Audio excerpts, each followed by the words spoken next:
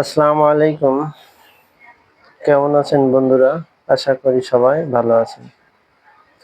নিয়ে আসলাম এলজি পাওয়ার digital scale.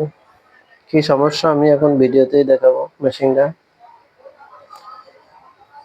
মেশিনটার সমস্যা হচ্ছে আমি অন করতেছি, তারপরেও ডিসপ্লে আসে না।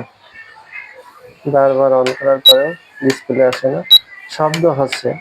তার মানে মেশিনে সার্কিট চালু আছে, কিন্তু ডিসপ্লে পাওয়ার আসে না বা আলো আসে না। অবশ্যই ডিসপ্লে যে কেবল বা তার আছে, সে তারটা চেক করতে হবে যে তারে কোনো সমস্যা আছে কিনা।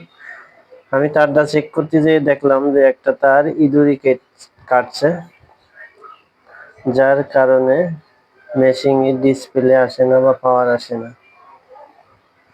কারণ 6টা তারের ভিতরে যদি কোনো একটা তার কেটে দেয়, তাহলে অবশ্যই মেশিনের ডিসপ্লে আসবে না বা এসি লাইন জ্বলবে না। এটা অবশ্যই মাথায় রাখবেন, কারণ মেশিনটা এলজি পাওয়ার মেশিন।